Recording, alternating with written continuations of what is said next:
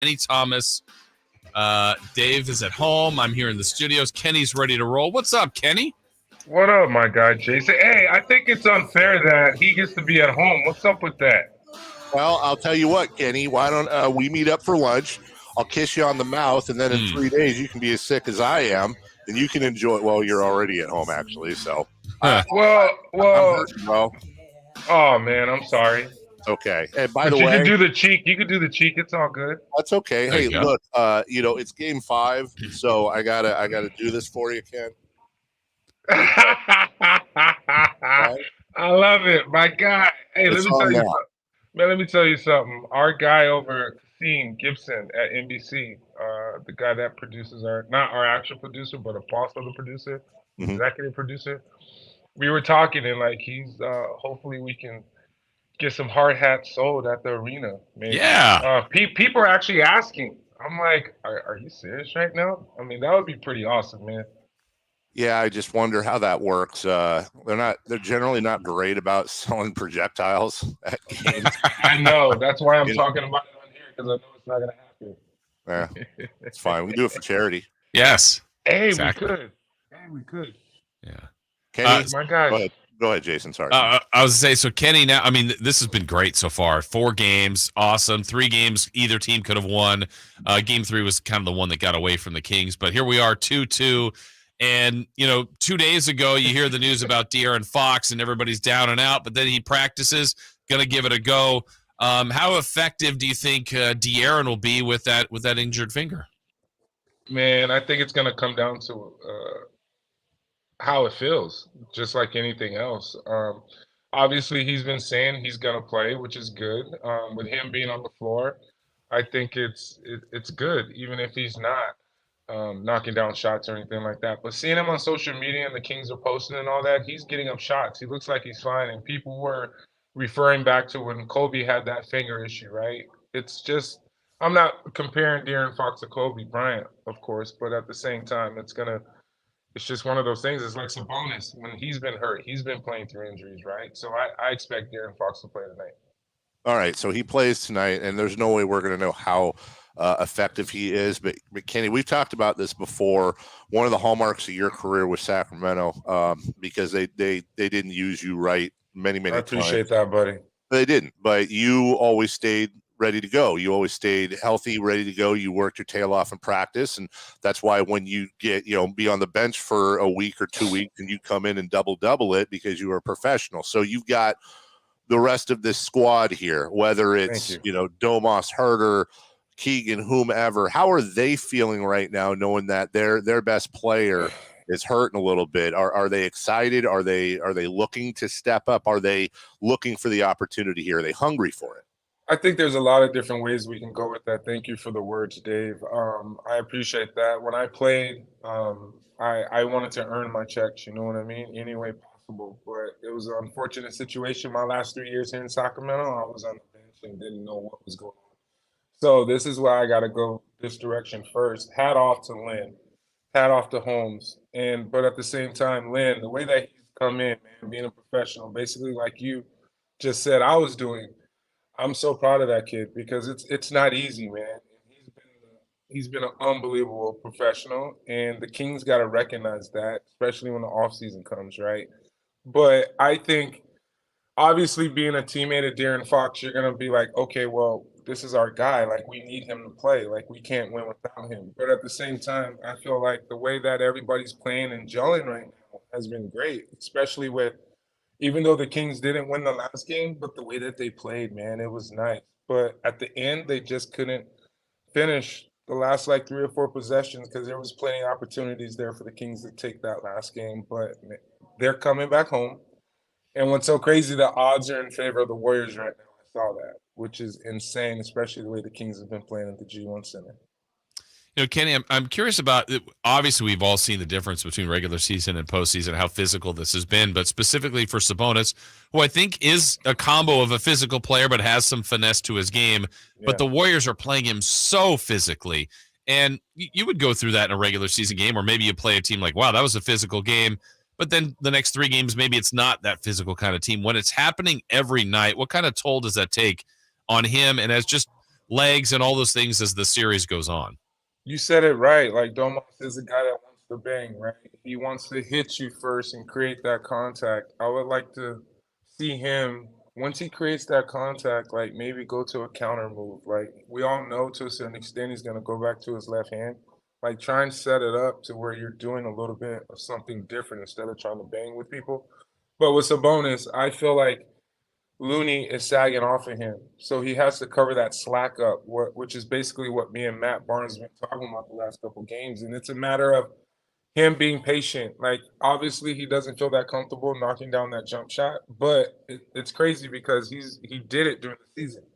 So it's kind of like seems like it's a mind thing, a mindset thing right now. But I think he's playing great ball. Obviously, he's getting a double double. But I feel like Keegan and Kevin and Malik and Davion are the X factors. Davion, when it comes to Steph Curry, I wouldn't be surprised if he's playing a little bit more minutes.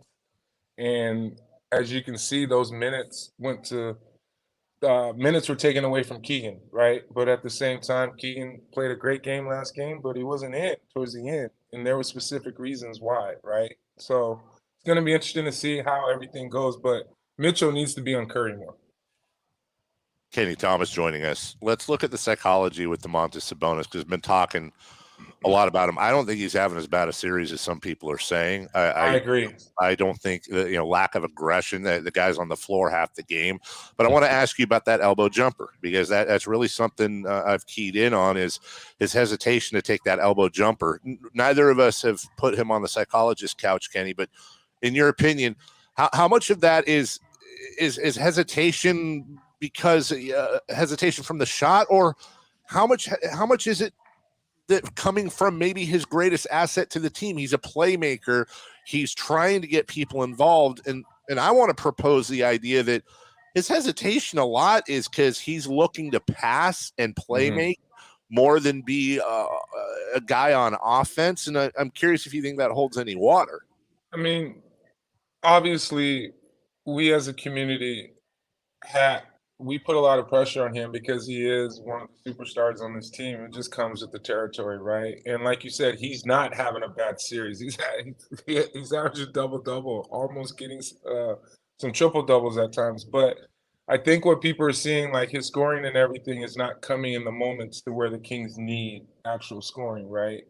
And I feel like Sabonis is a playmaker like he has been with the handoffs and all that and all those different things when it comes to the guards coming off and making plays that way. I think it's going to come because this is only their first year playing together. You got to keep that in mind. And I just want him after the action with the handoff or the dribble handoff or whatever it may be. Like, I want to see him look at the rim. Sometimes he doesn't even look at the rim. It's not a matter of looking at the rim and shooting it.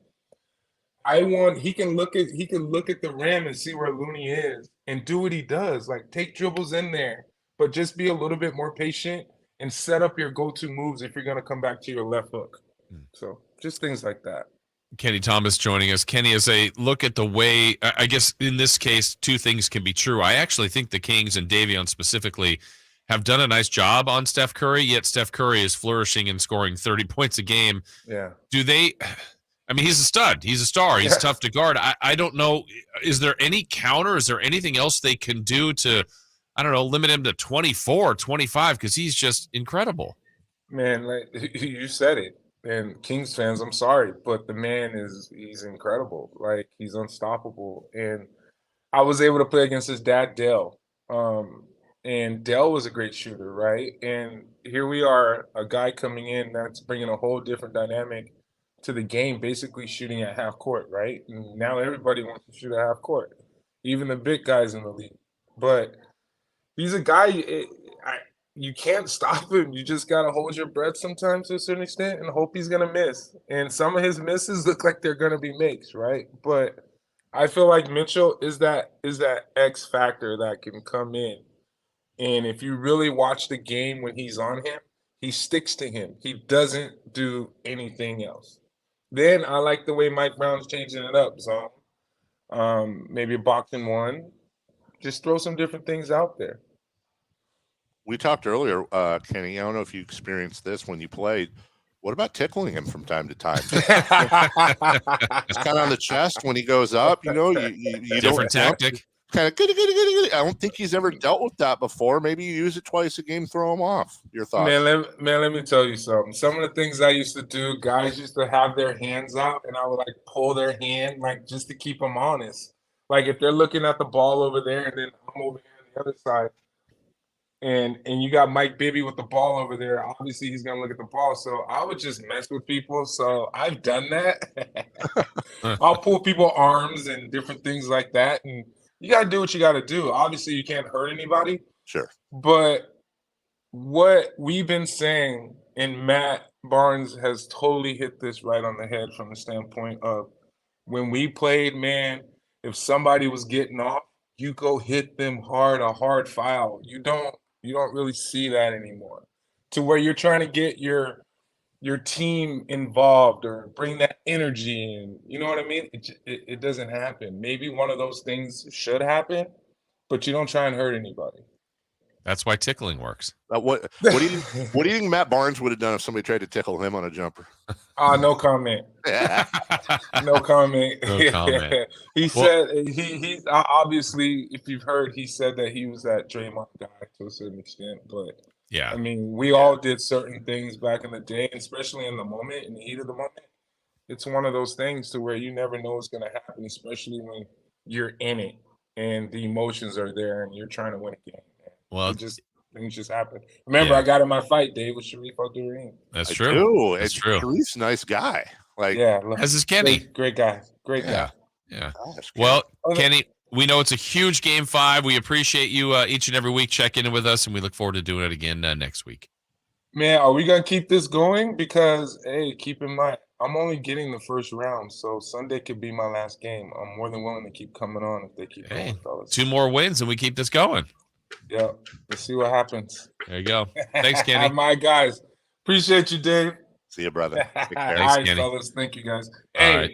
no Wi-Fi error. No, you were great. Clean show. That's an excellent job, Hope. That's Yeah. Game 5 Wi-Fi right there, baby. Yes, good sir. sign. It's a good sign. All right, fellas. See you, All Ken. right. That's Kenny Thomas joining us here. We will break, we assume, and we heard it. De'Aaron Fox says he's playing, but maybe let's go with the thought of if he's not as impactful as he's been, who needs to step up? We'll go through some numbers on who did that while De'Aaron was out during the season. We've got that